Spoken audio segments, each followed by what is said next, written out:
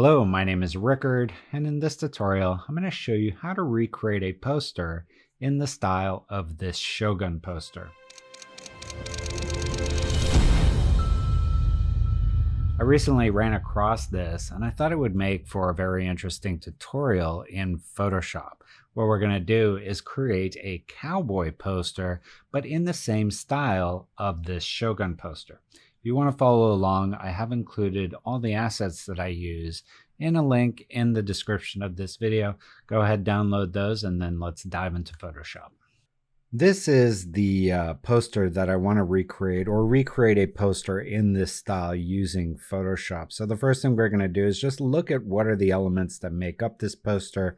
So when we're working on our own version, we're using kind of the same elements. So starting from the bottom, we obviously have a black kind of fade out at the bottom, and you can see that even at the bottom of the horse is fading to black here. It's kind of creating a nice silhouette for our foreground subject. In the background, you do have these other characters, but you basically only are seeing them in silhouette with this strong red kind of ink blot or splash of paint in the background. The background itself is all monochromatic. It's basically a cyan color going from a darker to a lighter cyan. We do have a little bit of texture on top of the background. And then also here in the typography, we've got a Shogun written in kind of a Japanese styled font.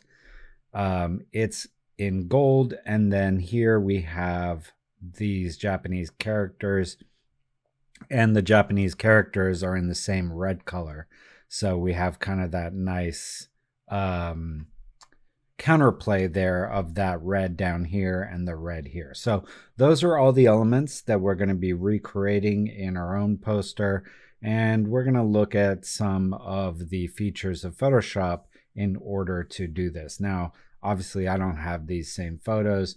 I've gone ahead and grabbed a bunch of images from Unsplash, which is a great website for free stock photography, completely royalty free. So if you're looking for images, I would definitely highly recommend going to unsplash.com. All right, so let's go ahead and close this. I'm going to create a new file here, and we're going to make this 2000 pixels wide by 3000 pixels tall. And I think everything else I'll just kind of keep to our default settings here, and I'm going to hit create.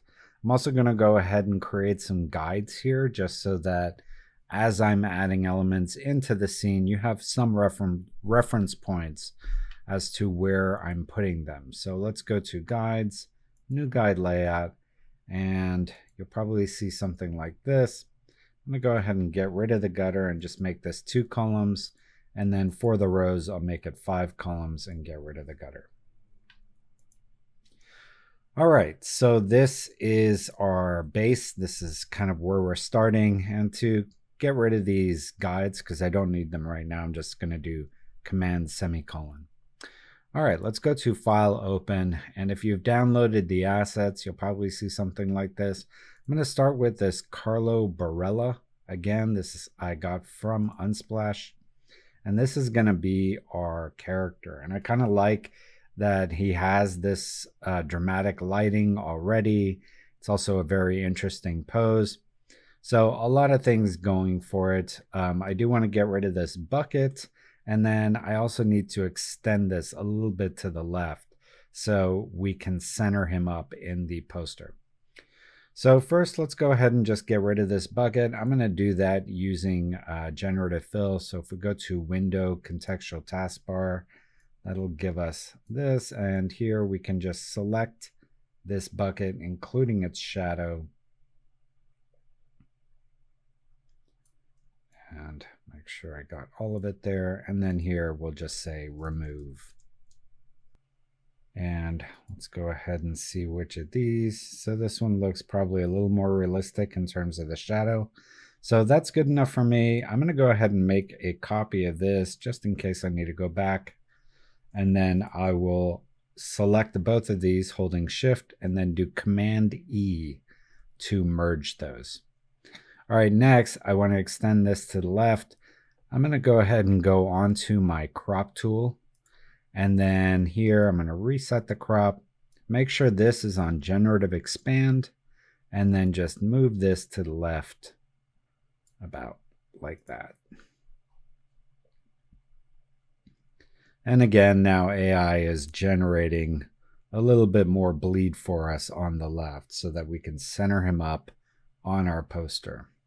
And there you go. That looks good. Let's do Command, hold both of these together, do Command E, and let's go ahead and call this subject. All right, and I'm going to go ahead and just drag this out so that I can see my background image, grab this subject layer and drag it into our file here. And this is where I'll go ahead and turn on our guides with Command semicolon, and I'm going to make him a little bit bigger. Probably something like this.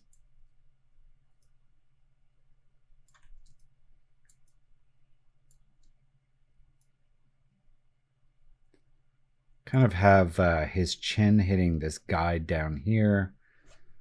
And maybe I'll even rotate him slightly so he's not quite so angled.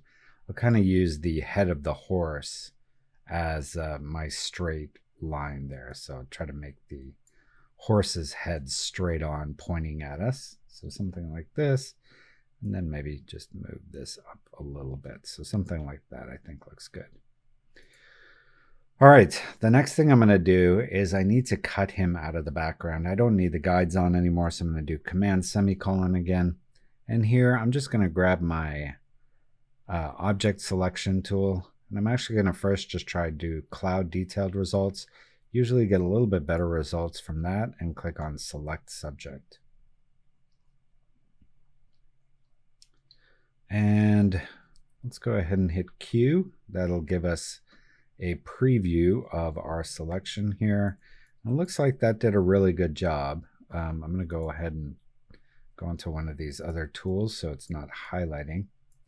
And there's a few parts here that it missed, but overall it did a really good job. So I think what we can do is let's just go on to our lasso tool here, and I'm going to start selecting these parts that it missed.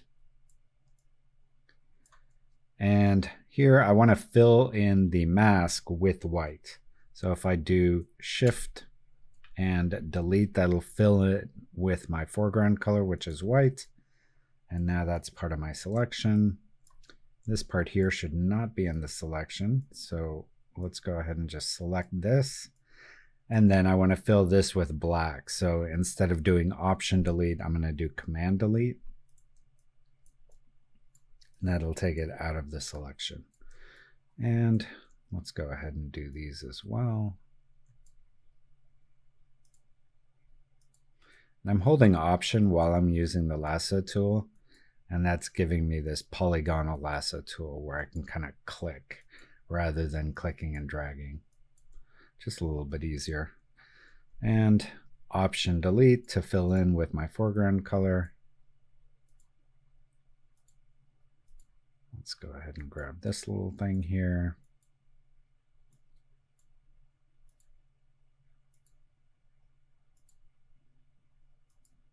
And this one here as well.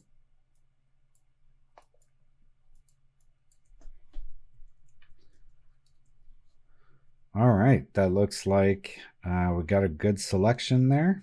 Let's hit Q again. And here I'm going to make another copy of this so that I have two, and I'm going to add a mask on the top one. All right, so now that I have that, I want to add in kind of the horses in the background here. And I've got some horses, and they're going to basically act like the charging samurai in the background of the Shogun poster. So let's go to File, Open, and this Vladimir file from Unsplash. I'm going to open that. And I'm just going to drag this in here and put it behind our subject copy. And actually, I'll call this Cowboy, just so that it's separated here. And these, I kind of want to place them here. I'm going to make them a little bit smaller. And I'll go ahead and do Command semicolon so you can kind of see where I'm placing these. But I'm placing them so that they're just above this kind of line right there. And I want to have those there. And then I want them to be a little bit more on this side. So I'm just going to make a copy of this layer by holding Option and dragging it, and then move this one here. So I want to see these two horses. And then I'll just add a mask on there. Go on my gradient. I want to make sure I'm on classic gradient so that it's not creating a new dynamic gradient each time I use the tool. And then with my mask selected, I'm going to default my colors. I can do that by clicking on this little black and white icon here or hitting D on my keyboard. And then I want my foreground color to be black so that I'm getting a gradient that goes from black to transparent. So to do that, I'm just going to hit X on the keyboard, and that'll switch these two colors. And then just kind of behind him, I'm going to add a little gradient there. And then also at the bottom, we'll just kind of blend this in like that. And then on this one, we'll also add a gradient and just blend in the bottom like that. Okay, I'm gonna go ahead and add another layer here, and we'll just call this Top Sky. And here, I'm just gonna go back on my gradient tool, hold down Option so that I'm changing my foreground color, and then just drag down like that. And then I'm gonna add one more. And this one, I kind of want to make these not so prominent. I want a lot of atmosphere on top of these horses. So using this same sky color, I'm just going to go kind of like from the top of the horses to about where the feet match there. And then I'll just take the opacity on this down to about there. So about 57%-ish. All right, and then I do want to add just a little more details in the ground. I'm going to do Command semicolon, turn off those guides again, and then go to File, Open. I've got one other file here, this Johannes file. I'm going to open that, and I'm just going to use this for some foreground detail. I'll drag that in here, make it quite a bit smaller. So probably something like this. And then here, I'm going to hold down Option and click on the mask so it gets rid of the whole thing, and then just with a soft white brush. So if my right mouse click, I'm going to do this soft round brush, and then with white on the mask here, I'm just going to paint in this kind of rock right there and a little bit more detail into this background here. And I don't want this strong color. So what I'll do is select the layer, the color part of it, do Command U to bring up my hue saturation. First, I'm just going to make it a little bit warmer so it matches the color better. And then I'm going to take the saturation down. So now it kind of matches up with that background. Hit OK. Okay, so now I basically have the bottom elements in place. The next thing I'm going to do is I'm going to add a cyan blue gradient on top of it. Oh, one other thing before I do that, I want to have just a top gradient that goes to white. So again, go back on my gradient tool, hit D to default my colors, X to make white my foreground, and just from the top here to about where the kind of mountains start there, I'm going to add a white gradient like that. All right, then on top of all my art layers, but not on top of the cowboy, I'm going to add a gradient map. And with the gradient map, basically all the dark colors are going to be assigned this, and all the light colors are going to be assigned this color. So starting from the left side here, we're going to make this one black. And then the one on the far, far right here, we're going to change this to 69C4CA. So kind of a light cyany color. You can already see that's basically having the effect that I want, but we are going to make some fine-tune adjustments here. So we're going to add another color spot at 35. So location here 35. I'm going to make this one 054546. And then we're going to add one more, and this one will be at the 75 mark here. And this one is going to be 18888. So 18888, and then let's hit OK. All right, we have a little too much contrast still in my horses, so I'm going to take this layer 2 and just increase that a little more. So something like that. Okay, and then the other thing is I want the bottom of this to go to black so that we have a place for our typography to go. And also I want the bottom of the horse to go black. Now, as you can see, the black point here for the horse is not a pure black. So we're going to want to fix that as well. So let's go ahead and add a curve. And I want the curve to only apply to my cowboy layer. So I'm going to click on this so that it's clipped here, and then just bring the black point down. And then I'm also going to go to my blues and just add a little bit of a kind of a golden cast to this horse. So we're going to add a little bit of yellow into the highlights, and then maybe in the reds, just a little bit in the highlights there as well. So something like that. And then I'm also going to add one more layer, clip it again so that it's only applying to my horse. I'm going to go back onto my gradient, switch these colors. So black is my foreground.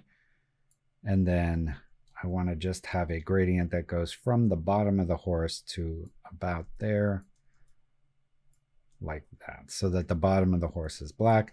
And I also want this bottom here to be black, but I want to do that beneath the gradient map. So right here, I'm going to add another layer. We'll go onto our gradient and just from the bottom here, kind of do that. And take a little bit of that so we have a little bit of detail in here, but mostly it's just black. Okay, next we're going to add our texture into the background. So let's go to File, Place Embedded, and here we're going to grab this Nucly Concrete 15. This is one of the textures in my Concrete Textures pack. These are really great for just adding texture to background. So we're going to make it the size of our document like this. And anytime you're using overlay to add texture, you want to make sure that the histogram of your layer is centered. So let me show you what I mean by that. If I go Command M, you can see that this crosses over in the middle of our histogram. So this actually looks really good. I'm not going to add a curve to that. However, I do want to get rid of any color in here. So I'm going to go to Image, Adjustments, Black and White. That'll get rid of any color. And then I'm going to put this on Overlay. And there you can see now it's adding some of that texture into our background. All right, next step is adding the big red splash of color into this. So for that, we're going to be using this file here that I found on Unsplash. And we're going to basically turn this into that red streak that you see. So first, I want to just grab this and turn it into a red layer. So I'm going to go to my channels. And if we look at our channels here, you can see that red already kind of looks how I want it to. So if I hold down Command and click on the thumbnail for the red channel, that's going to make a selection in that shape. And then I can add a new layer here and go ahead and turn this to just the reddest color you can get here. So FF and then 4 zeros. And then if I do Option Delete, it'll fill my selection with that color. And here you can see we've got our nice red color. So I'm going to drag that in here and let's call this Red Liquid Ink. And I'm going to do Command T for transform. And let's go ahead and turn this. This is going to go something like this.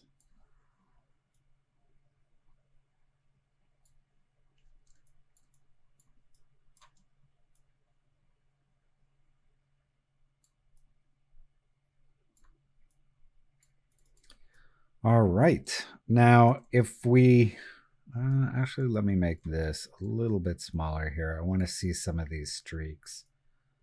So probably something like that. Now, one thing in the original is that it does get darker kind of along the edges. And I want to replicate that as well, because I think that is something that helps the design. Now, before we do that, two other things is I want to get rid of this up here. So I'm just going to do kind of a loose selection around the parts that I don't want. So something like this. And then I'm going to hold down Option and then click on the mask. Now, it is sharp there. So what I'm going to do is just double click on the mask and add some feather to it. If when you double click on the mask, it opens the Select and Mask workspace, just go to your properties and then you can go to your mask properties.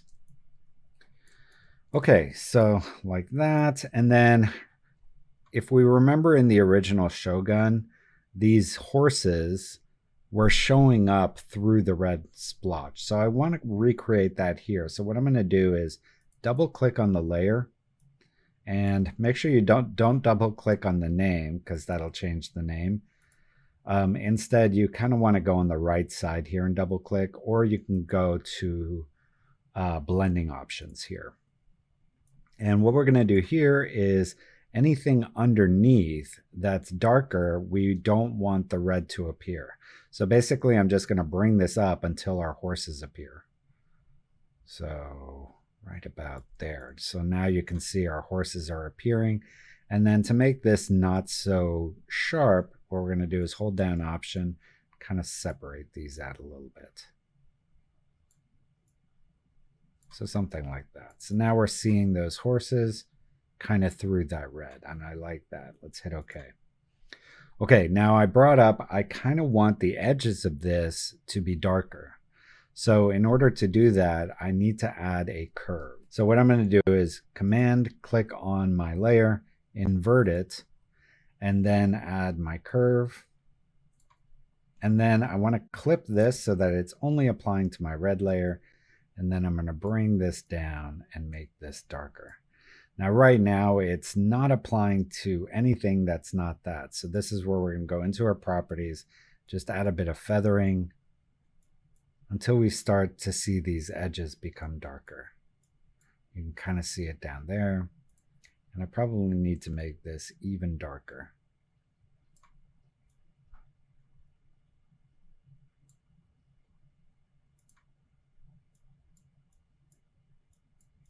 There you go.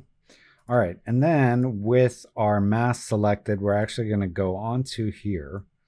And with our white, we're just going to add a little bit more kind of darkness in the bottom there. And a little bit along the top, so like that. All right, and then I want to add just a few splashes of like red dots in the background. So to do that, I'm going to add one more layer, and we can call this one Splatter. And here, if we go to our brushes, so I'm going to go B for my brush tool. Let's see if I have it here. No, so we're going to go to Load Brushes, or Import Brushes. And then in our Assets folder, you're going to see this splatter brush. So I'm going to double click on that. And then we can see this splatter brush down here.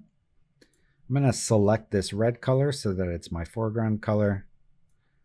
And then just, I don't want a lot of this. So just like maybe one hit like this, maybe two. That'll give us just these few splatters of red behind him. And I'm liking that. I'm going to go back onto the curve layer here and just add a little bit more of an S curve on him. just because I feel like he's still a little bit too light. So something like this. I think that looks good.